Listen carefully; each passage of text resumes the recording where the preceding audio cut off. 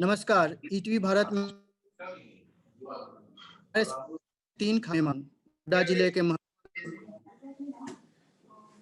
पांडे, ये भाजपा दरवाजा के प्रदेश प्रवक्ता कुणाल सारंगी और पालोना की संस्थापक मोनिका आर्य। आप सभी का स्वागत है हमारी विशेष चर्चा में। चतरा में बीते दिनों 2 महीने की एक बच्ची की हत्या कर दी गई। बच्ची की मां के अनुसार बेटी के जन्म लेने से नाराज पति हेमराज साव और सास ने बेटी का गला घोट दिया। दोनों आरोपियों को फिलहाल गिरफ्तार कर लिया गया है।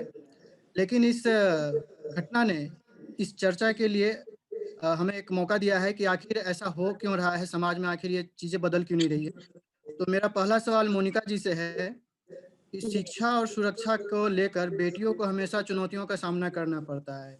भ्रूण हत्या हो या लिंग भेद हो, ये खत्म होता दिखता नहीं। क्या समाज में आज भी बेटियों को बोझ माना जा रहा है? जी, सबसे पहले तो मैं आपको और दोनों अतिथियों को नमस्कार करूँगी। और अब आपके सवाल पर आते हैं, तो ये बात सही है कि हाल के समय में लोगों की मानसिकता काफ़ी बदली है। अब बेटियों को इस तरह से बोझ नहीं समझा जाता है जैसा कि बता रहा है। लेकिन इसको लेकर अभी हमारे सामने 2 तरह की, एक तो टीम है जिनकी सिर्फ बेटी है और दूसरी तरफ वो लोग हैं जो अभी भी उस पुरातन सोच से अपने आप को मुक्त नहीं कर पाए हैं। मुझे लगता है कि बेटी का मतलब है दहेज। वो क्योंकि बेटी को एजुकेशन से नहीं जोड़ पाए हैं। उनको नहीं लगता है कि बेटी जो है वो अपने पैरों पर खड़ी होकर वो आज बेटे की भूमिका में है, अपने माँ-बाप का, अपने ससुराल का और अपने आस-पास के लोगों का भी वो पूरा सपोर्ट कर सकती है या उनको उनके लिए उनकी भलाई के लिए चुप के लिए कर सकती है। तो ये जो 2 तरह की विचारधारा है, ये इनके बीच में हम कोई पुल नहीं बना पा रहे हैं। सबसे बड़ी चीज़ ये है।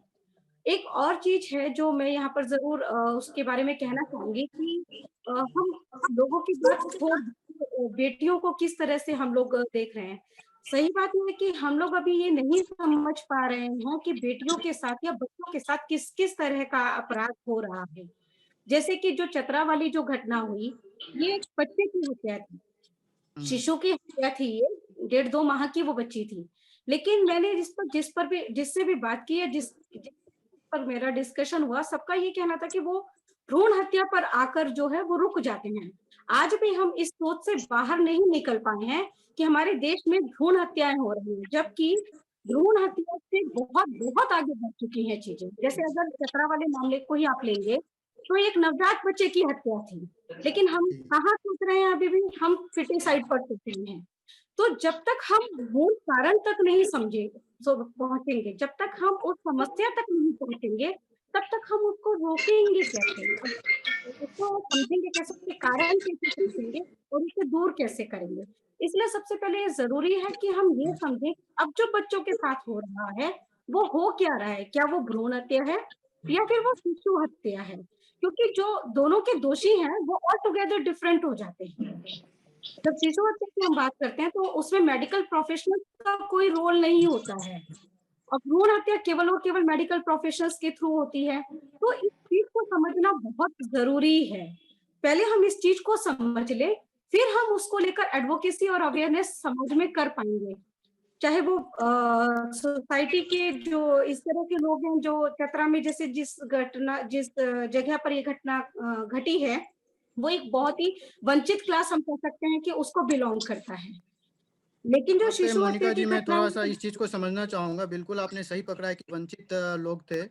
लेकिन राज्य सरकार और केंद्र सरकार कई सारी योजनाएँ चला रही हैं, खास जी, के लिए कि उनके जन्म से लेके उनकी पढ़ाई-लिखाई, उनकी शादी तक की व्यवस्था हो जाती है। यहाँ मैं जी। दीपिका जी से जानना चाहूँगा कि तमाम योजनाएँ होने के बाद भी आखिर ये चूक कहाँ रह जाती है? बेटियों के प्रति नज़रिया बदल क्यों नहीं रहा है?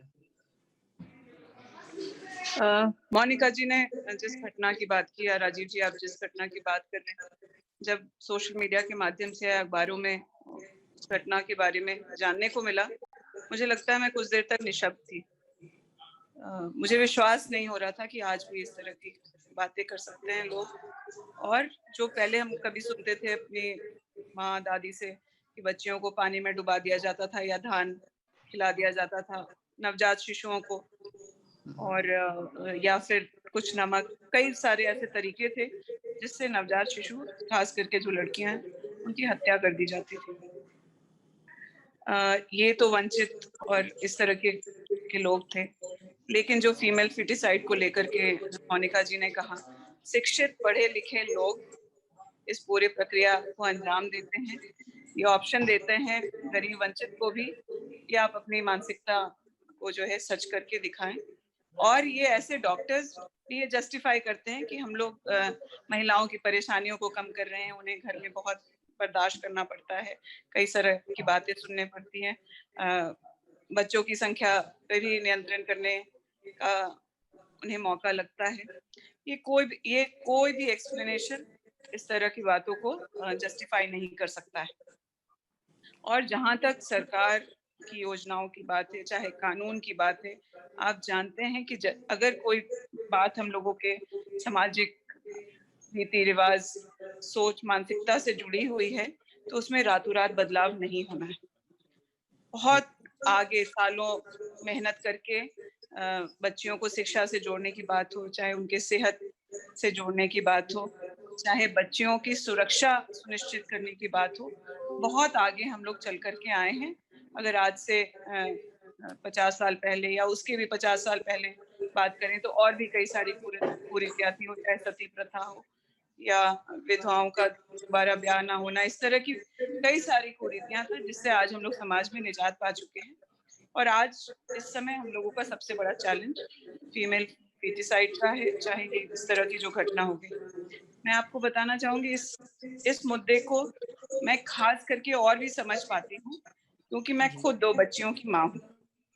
जी जी। मुझे हम परिवार में 3 बहनें थे। हमारे माँ बाप ने कभी हमें इस बात का एहसास नहीं होने दिया कि हम किसी भी तरह से कमजोर हैं या हमें ऐसे मौकों से वंचित किया जहां हमें यह एहसास हो कि नहीं हम लड़कियां हैं, इस वजह से हमें ये मौके नहीं मिल रहे हैं। लेकिन जब मेरी दूसरी बच्ची हुई, तब मुझे एहसास हुआ कि कैसे पेरेंट्स को बहुत बेचारा फील कराया जाता है। लोग आपसे आके आके आपको लोग सांत्वना देते, मुझे बहुत आश्चर्य होता था क्योंकि मेरे पति ने तो शायद मेरी दूसरी बच्ची का नाम पहले से सोच के रखा था और जैसे ही मतलब एज अ पेरेंट्स हम लोग वी वर सो हैप्पी। लेकिन जिस तरह से लोग आकर के सांत्वना दे रहे थे या मैंने अपने इर्द गिर्द भी कुछ रिश्तेदारों को जिस तरीके से दुखी होते देखा, तब मुझे एहसास हुआ और उस दिन ही मैंने ये निर्णय ले लिया था कि इस कुरीति या जो ये सामाजिक परेशानी है, इसके लिए मुझे स्टैंड लेना होगा। और तमाम सालों तक कई तरह के दबाव के बावजूद मैंने और मेरे पति ने यह निर्णय लिया कि नहीं, हम एक रिस्पॉन्सिबल पेरेंट्स की तरह 2 बच्चों को बड़ा करेंगे और एक मैसेज भी लोगों तक जाए कि नहीं ठीक है, बराबरी से बच्चियों को ट्रीट किया जा रहा है। तो उसमें मुझे लगता है कि माँ की भूमिका और पिता की भूमिका बहुत अहम होती है। आने वाले सालों में अगर कोई बदलाव हम लोग देखेंगे, तो जो इन बच्चियों के पेरेंट्स हैं, लेकिन सारे लोग हम लोगों की तरह उन्हें शायद शिक्षा का अवसर नहीं मिला हो, चाहे सामाजिक तौर पर सक्षम भी नहीं रहे, वंचित रहे हों। तो ये सारी बातें, तमाम बातें हैं। सरकार अपनी तरफ से तमाम प्रयास कर रही है, चाहे वो केंद्र स्तर पे हो, चाहे राज्य के स्तर पे हो। लेकिन ये जो मामले हैं, चाहे दहेज से जुड़ा हुआ हो या ये भ्रूण हत्या की बात हो, उस मामले में अगर बलात्कार और इस तरह की घटना की भी बात हो जहां सबसे ज्यादा आपके परिचित लोगों को आप दोषी पाते हैं, तो ये सब समाज में जो लोग हैं उनके सतर्क रहने पर, उनके सजग रहने पर और इसका मजबूती से इसको लड़ने पर मुझे लगता है वो बदलाव आने वाले समय में ये भी सुधर जाएगा, मुझे पूरी उम्मीद है। दीपिका जी, जैसा कि आपने बताया कि आप जैसे कर रही हैं, पेरेंटिंग एक मिसाल हो सकता है लोगों के लिए, एक सीख हो सकती है। यहाँ पे एक आपके जवाब से कुछ निकल के आया है, जैसे कि एक तबका ऐसा है जहाँ बेटियों को पढ़ाया जा रहा है और वो बेटियां नाम रोशन कर रही हैं परिवार का, देश का, प्रदेश का। और दूसरा एक ऐसा भी तबका है, उन बेटियों को बहुत सारी परेशानियों से होकर गुजरना पड़ता है। तो कुणाल जी से जानना चाहूंगा मैं कि ऐसे मामलों में मतलब ये जो सिचुएशन है, तो क्या चाहिए? योजनाओं की ज़रूरत है, जागरूकता की ज़रूरत है, या सोसाइटी में कहीं पे कोई इच्छा शक्ति की कमी रह गई है? देखिए, जैसा मैंने दीपिका को भी सुना, मोनिका जी को भी सुना, योजनाओं की कोई कमी नहीं है। अगर कमी है तो हमारी मानसिकता में। अगर आप 1 मिनट के लिए टेबल्स को टर्न कर दें, मैं एक छोटी सी कहानी कहना चाहूंगा। एक छोटा बच्चा एक बार एक फ्लाइट में जा रहा था, अचानक फ्लाइट अटेंडेंट ने अनाउंस किया कि ये फ्लाइट अभी हो सकता है इमरजेंसी लैंडिंग करने वाली है। सारे लोग बहुत परेशान हो गए जो उस फ्लाइट में थे। कोई हनुमान चालीसा जपने लगा, कोई गीता की किताब निकालने लगा अपने बैग में से। वो बच्चा बहुत कॉन्फिडेंटली बैठा हुआ था और बिल्कुल आराम से केक और बिस्किट खा रहा था जो फ्लाइट में उसे सर्व हुआ था। जब फ्लाइट लैंड हुई फाइनली, तो लोगों ने उस बच्चे को पूछा कि हम लोग सब इतने डरे हुए थे, तुम इतने कॉन्फिडेंट कैसे थे जो फ्लाइट इमरजेंसी लैंडिंग करी थी? तो बोली, मेरी माँ ही इस फ्लाइट की पायलट है। तो हमें ये सोचना पड़ेगा कि अगर टेबल को हम टर्न कर दें, अगर आज जिन लोगों को भी लड़कियों से प्रॉब्लम है, बच्चियों से प्रॉब्लम है या फीमेल फीटस से प्रॉब्लम है, अगर वो माँ अपने बच्चे को उस तरह से ट्रीट करना शुरू कर दे तो पुरुष वर्ग कहाँ जाएगा? ये सोचने की आवश्यकता है। जो पुरुष वर्ग की मानसिकता है महिलाओं के प्रति, अगर महिलाएं पुरुष को उस तरह से ट्रीट करने लगे तो पुरुष कहाँ जाएंगे? अगर अपनी माँ अपने बेटे को, अभी दीपिका जी को मैं सुन रहा था, उन्होंने बहुत अच्छी बात की कि वो खुद 2 बच्चियों की माँ है। तो अगर एक बेटा होता उनका, क्या वो अलग ट्रीट करती? नहीं करती। तो जब बेटा को अलग ट्रीट नहीं करते तो फिर बेटी को क्यों अलग ट्रीट करना है? और बेटियों को बोझ समझने की जगह ये हमें समझने की जरूरत है, बेटियां ही बोझ उठाती हैं। बिल्कुल। आज मैं मुझे ये कहने में बिल्कुल हेजिटेशन नहीं है कि आज अगर आप स्थिति देखें तो बेटे जो है अपने बूढ़े माता पिता को जल्दी वृद्धाश्रम में भेजते हैं, बेटियां उनकी जिम्मेदारी उठाती हैं। ये ट्रेंड है आज के दिन में। तो हमें ये समझना पड़ेगा कि कितनी भी सरकारी योजनाएं चले, धरातल पर चीजें तब तक नहीं बदलेंगी जब तक हमारी मानसिकता नहीं बदलती है। आज हम भारत को ग्लोबल पावर बनाना चाहते हैं, लेकिन आपको जानकर आश्चर्य होगा, 2 सालों में 2015 से 17 के अंदर 7.5 लाख से ज्यादा फीमेल फिटिस को अबॉर्ट किया गया है, सिर्फ सेक्स के आधार पर, जेंडर के आधार पर। तो हम कैसे उस ऑब्जेक्टिव को अचीव करेंगे?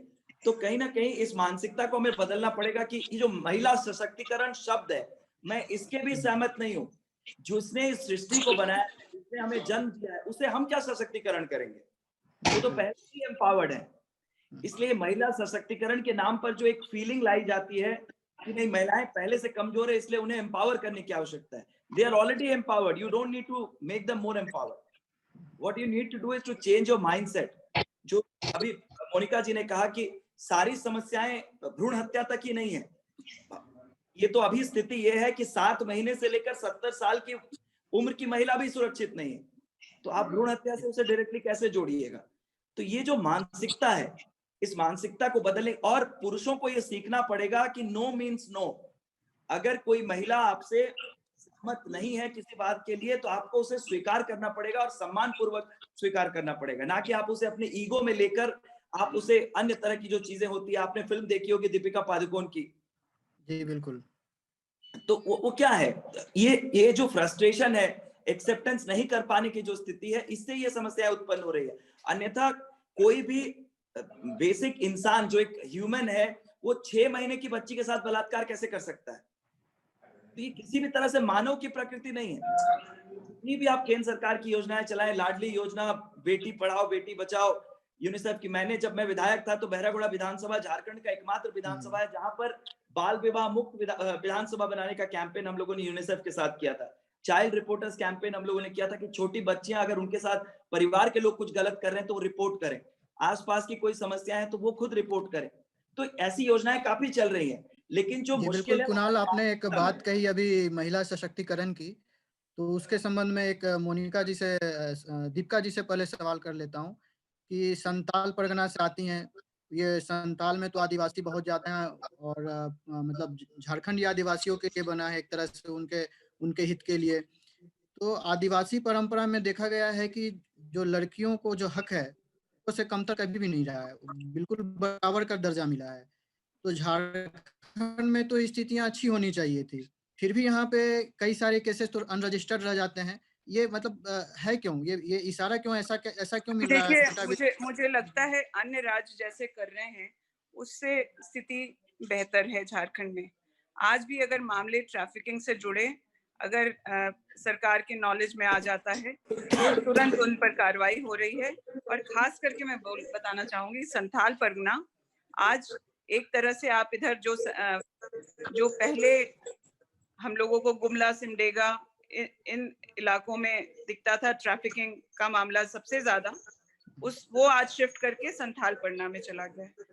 लेकिन कोई भी ऐसा मामला आता है उस पर सरकार बहुत गंभीरता से, और ऐसे कई मामले लगातार आप लोग अखबारों में भी देख रहे होंगे कि जहां से जानकारी मिली तो बच्चियों को वापस उनके घरों पर सुरक्षित लाया गया।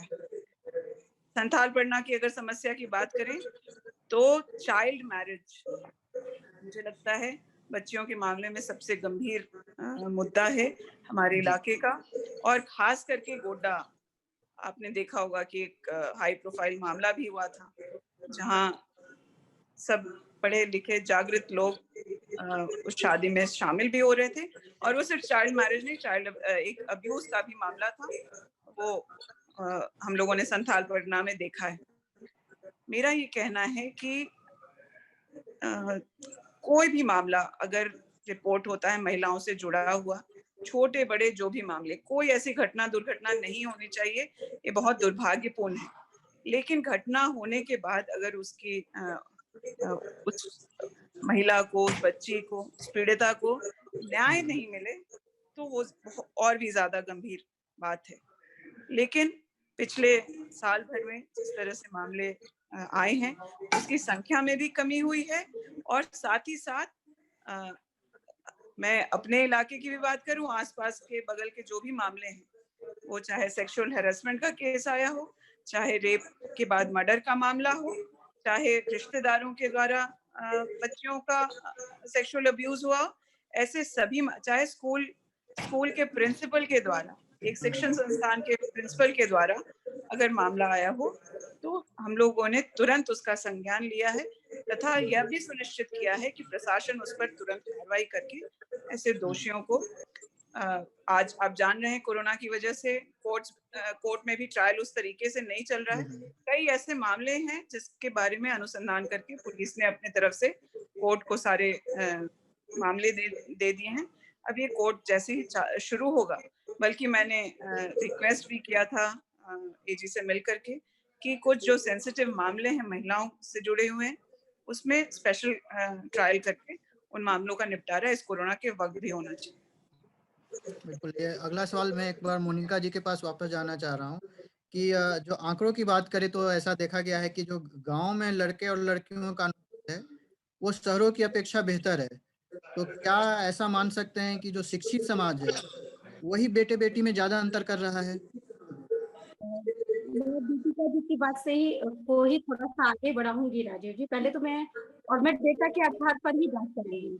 मैं जैसे इंफेंटिसाइड पर काम करती हूँ, मैंने बताया, तो पूरे देश में एकमात्र झारखंड प्रदेश मुझे ऐसा मिलता है जहाँ लड़के और लड़की की संख्या में बहुत ज्यादा अंतर नहीं मिलता है। मतलब हम दूसरे स्टेट की जैसे हरियाणा, राजस्थान या इवन साउथ इंडिया की अगर हम बात करें तो जो लड़कियों की संख्या मिलती है, अबंडन रेट्स मिलती है या उनकी जो हत्या होती है वो लड़कियों की संख्या ज्यादा होती है। लेकिन झारखंड एकमात्र प्रदेश ऐसा निकल कर आता है जिसमें लड़के और लड़कियों की संख्या लगभग बराबर होती है, बहुत ज्यादा उसमें डिफरेंस नहीं होता है। पहली चीज, इन्फेंटिसाइड अपने आप में एक बहुत बड़ा अपराध है, उसको रोकने का उपाय होना चाहिए, लेकिन वो सिर्फ लड़कियों की वजह से यहाँ हो रहा है ऐसा हम नहीं कह सकते इन्फेंटिसाइड के मामले में। फिर दूसरी बात आ जाती है कि क्या पढ़ा लिखा तबका जो है वो ज्यादा इन घटनाओं को अंजाम देता है, तो ज्यादा या कम या कौन सा तबका ज्यादा देता है इसके बारे में कोई रिसर्च एस्पेक्ट तो अवेलेबल अभी नहीं है। लेकिन हाँ, वो इसलिए इसमें ज्यादा इंडल्ज हो सकते हैं क्योंकि उनको इससे बचने के उपाय भी मालूम होते हैं, उनको प्रिवेंटिव पता होते हैं, जो कि गांव देहात के जो कम पढ़े लिखे लोग होते हैं या जो कम रिसोर्स लोग होते हैं उनको नहीं पता होता है। जैसे जो पढ़े लिखे हैं, रिसोर्सफुल है, फिटिसाइड अगर उनको करना हो तो वो करवा सकते हैं, इन्फेंटिसाइड को भी वो आसानी से अंजाम दे सकते हैं। लेकिन जो गरीब तबका है, जो वंचित तबका है, उसको आज भी कानून का डर है, तो वो उतना धड़ल्ले से इन घटनाओं को अंजाम नहीं देता है।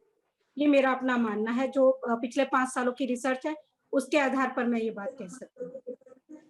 दीपिका जी, एक आखिरी सवाल आपसे जानना चाहूंगा कि सरकार की क्या प्राथमिकताएं होनी चाहिए कि बेटियों को हर स्तर पे सुरक्षा मिले। देखिए, सरकार ने करीब करीब अपनी प्राथमिकता सेट कर दी है। कई सारे फास्ट ट्रैक कोर्ट कोरोना की घोषणा होने के पहले, कोरोना काल में हम लोग आने के पहले वो किया जा चुका है। महिलाओं को की सुरक्षा को प्राथमिकता रखते हुए कई ऐसे मामले कहीं भी कुछ हो रहे हैं तो उस पर तुरंत कार्रवाई हो रही है। ऐप के माध्यम से बच्चियों को जोड़ करके या स्पोर्ट्स और सेल्फ डिफेंस की ट्रेनिंग करा करके बच्चियों को सुरक्षित करने की बात हो, या फिर सबसे ज्यादा जो बच्चियों को आगे बढ़ाने में काम कर सकती है वो शिक्षा से जोड़ने की बात हो, तो उस पर सरकार बहुत गंभीरता से काम कर रही है। महिलाओं को रोजगार के अवसर ताकि वो सक्षम हो, आत्मनिर्भर हो, इसके लिए भी सरकार ने रोड मैप तैयार करके रखा गया है। पिछले साल आपने देखा कोरोना जैसी विपत्ति से हम लोग परेशानी से झेल रहे थे। एक बहुत बड़ी लड़ाई विपरीत परिस्थिति में सरकार को लड़नी पड़ी। वो लड़ाई सिर्फ बीमारी से नहीं बल्कि भूख से और बेरोजगारी से, इन सभी बातों से थी। कोरोना के वक्त भी अगर सबसे ज्यादा दबाव अगर आया तो महिलाओं पर ही आया, चाहे वो घरेलू कामकाज में उन्हें ज्यादा घरेलू कामकाज करना पड़ा हो, चाहे डोमेस्टिक वायलेंस के मामले भी जो हैं, इस तरीके के मामले जो हैं वो भी महिलाओं के ही ऊपर बढ़े, और जो मानसिक तनाव परिवार में या पुरुषों में उनके रोजगार के जाने को लेकर के हो, उस तनाव को भी घर परिवार में महिलाओं को ही बर्दाश्त करना पड़ा। इन सब परेशानियों से निकलकर हम लोग सब एक नए साल में जा रहे हैं। मुझे पूरी उम्मीद है कि जिस तरह से कोरोना की लड़ाई हम लोग धीरे धीरे जीत रहे हैं, आने वाले सालों में महिलाओं की सुरक्षा की बात हो, चाहे बराबरी की बात हो, चाहे उन्हें बराबर अवसर देने की बात हो, वो हम लोगों की सरकार जरूर करेगी। राजीव जी के करेक्शन में ईश्वर, मैं ये बोल रहा था, पहली बात तो मानसिकता, और जहां तक मैं दीपिका जी को भी सुन रहा था जो सरकार के द्वारा महिलाओं को लेकर किए जाने वाले कामों की चर्चा कर रही थी, तो मानसिकता थोड़ी सी सरकार में भी, झारखंड में जो नई सरकार बनी है, बहुत उम्मीदें लोगों को आज भी हैं उस सरकार से, तो उसमें मानसिकता, बहुत अच्छी बात दीपिका जी ने कही कि सरकार की ऐसी योजना है। काश जो सत्ताधारी दल में लोग बैठे हुए उनकी मानसिकता भी इस बाल विवाह के बारे में और महिलाओं के खिलाफ जो अत्याचार हो रहे हैं उनके खिलाफ में इस तरह की मानसिकता उनकी होनी चाहिए। लॉकडाउन का समय था, ज्यादा से ज्यादा लोग अपने घरों पर थे, फिर भी 11 महीनों में लगभग 1300 से ज्यादा बलात्कार के केसेस रजिस्टर हुए झारखंड में। ये झारखंड पुलिस की वेबसाइट का आंकड़ा है, ये मेरा आंकड़ा नहीं है जी। और एक दुर्भाग्यपूर्ण प्रतिक्रिया माननीय मुख्यमंत्री महोदय की ओर से भी आई थी जब उन्होंने कहा कि डेटा फ्री है इसलिए बलात्कार के केसेस हो रहे हैं। तो ऐसी बातें शोभा नहीं देती जब सरकार की योजना हो कि महिलाओं को सुरक्षा देनी है, महिलाओं को बेहतर भविष्य देना है, महिलाओं की और योजनाएं जमीन पर उतारनी है, तो इन बातों से भी बचना चाहिए ताकि लोगों में जो है वो मैसेज बहुत क्लियर जाए कि सरकार की मेंटालिटी क्या है और कितनी गंभीर है। इसलिए अभी भी बहुत सारा महिला थाने जो बोले गए, जिस तरह से जितने के पॉपुलेशन पर महिला थाने बनाने की बात हुई थी वो थाने अब तक नहीं बने हैं। फास्ट ट्रैक कोर्ट की बात दीपिका जी ने बहुत अच्छी बात कही, फास्ट ट्रैक कोर्ट जरूर बनने चाहिए और अविलंब शुरू होने चाहिए महिला उत्पीड़न के जितने मामले हैं। और तो और घोषणा पत्र में ये भी कहा कि महिलाओं को रिहैबिलिटेट भी किया जाएगा, जिस पर अभी तक कोई कार्य योजना सरकार की नहीं दिख रही है। मैं उम्मीद करूंगा नए साल में वैसी कार्य योजना भी आए जो जमीन पर उतरे कि जिन महिला उन्हें रिहैबिलिटेट करने की दिशा में भी सरकार पहल कर रही है। इसलिए एक सम्मिलित प्रयास से ही हम एक बेहतर भविष्य झारखंड में हमारी बच्चियों को, हमारी महिलाओं को दे पाएंगे। और मैं उम्मीद करता हूं कि इसमें राजनीतिक जो भी विचारधारा का अंतर हो उससे ऊपर उठकर सारे लोग काम करेंगे, क्योंकि एक महिला वो किसी राजनीतिक विचारधारा से नहीं होती है, वो हम सबके लिए है, हमारे समाज के लिए है, हमारे राज्य के लिए भी उतनी ही महत्वपूर्ण है। मोनिका जी, बेटियों के माता पिता और समाज के ऐसे तमाम लोगों के लिए आप क्या संदेश देना चाहेंगी? मेरा संदेश दोनों के लिए, इनफैक्ट सरकार से अपील है। आज दोनों प्रमुख पार्टी जो हैं वो झारखंड की, उनके दोनों के नुमाइंदे आपके साथ मौजूद है, तो मैं उनसे भी ये कहना चाहूंगी कि बाकी सब ठीक है, आप भ्रूण हत्या से परिचित हैं, आप बाल विवाह से परिचित हैं, आप ट्रैफिकिंग से परिचित हैं, चाइल्ड लेबर से परिचित हैं, इन्फेंटिसाइड के बारे में भी सोचिए क्योंकि ये झारखंड की बहुत बड़ी समस्या हो रही है। और सोसाइटी के लोगों से मेरी ये अपील है कि आप बच्चों के पास तो हैं लेकिन उनके साथ भी रहिए। खासकर फिटिसाइड और इंफेंटिसाइड पर अगर हम चर्चा करते हैं, क्योंकि एक बच्ची का जो सफर है या एक बच्चे का, वो कोख में आते ही शुरू हो जाता है। तो मैं ये कहूँगी कि सेफ सेक्स पर चर्चा ज़रूर कीजिए। अगर आपको ये लगता है कि आप खुद नहीं कर सकते, हमारी संस्कृति, हमारे संस्कार इसकी इजाज़त नहीं देते हैं कि आप अपने बच्चों से इस पर बात करें, तो जो मेडिकल प्रोफेशनल्स हैं या सोसाइटी में जो उस तरह के ऑर्गेनाइज़ेशंस हैं जो इस पर काम कर रहे हैं, आप उनकी मदद लीजिए, क्योंकि ये बहुत ज़रूरी है कि आपके बच्चे वो किसी अपराध को अंजाम ना दें। फिटिसाइड हो या इन्फेंटिसाइड हो, ये किसी भी सभ्य समाज के चेहरे पर एक बहुत बड़ा तमाचा है, और इसको ये ना हो, कम से कम झारखंड जैसा प्रदेश जो आदिवासी बहुल समाज है या आदिवासी कल्चर जहाँ पर जी डोमिनेट करती है, वहाँ पर इस तरह की चीजें नहीं होनी चाहिए कि वहाँ एक छोटे-छोटे जो बच्चे हैं वो असुरक्षित हों। इसलिए झारखंड के लोगों से तो मेरी ये ज़रूर अपील है कि वो अपने बच्चों को पूरा ध्यान दें, और एक छोटे से बच्चे का जीवन सुरक्षित करने के लिए जो कुछ हो सकता है अपनी तरफ से वो ज़रूर करें। दीपिका पांडे जी, कुणाल सारंगी जी और मोनिका आर्या जी, आप सभी का इस गंभीर मुद्दे पर सार्थक चर्चा के लिए धन्यवाद। दर्शकों, जी, जाहिर बेटियां बोझ धन्यवाद। नहीं है, ये आपके घर की शान है और सही दिशा मिले तो न सिर्फ आपके बल्कि पूरे देश का नाम रोशन कर सकती हैं। बेटियों की बहुत सुरक्षा बहुत धन्यवाद राजीव। सिर्फ समाज और बहुत बहुत सरकार की नहीं, धन्यवाद राजीव जी। बल्कि ये आपकी और हमारी भी थैंक जिम्मेदारी यू है। मोनिका जी, थैंक यू दीपिका। धन्यवाद।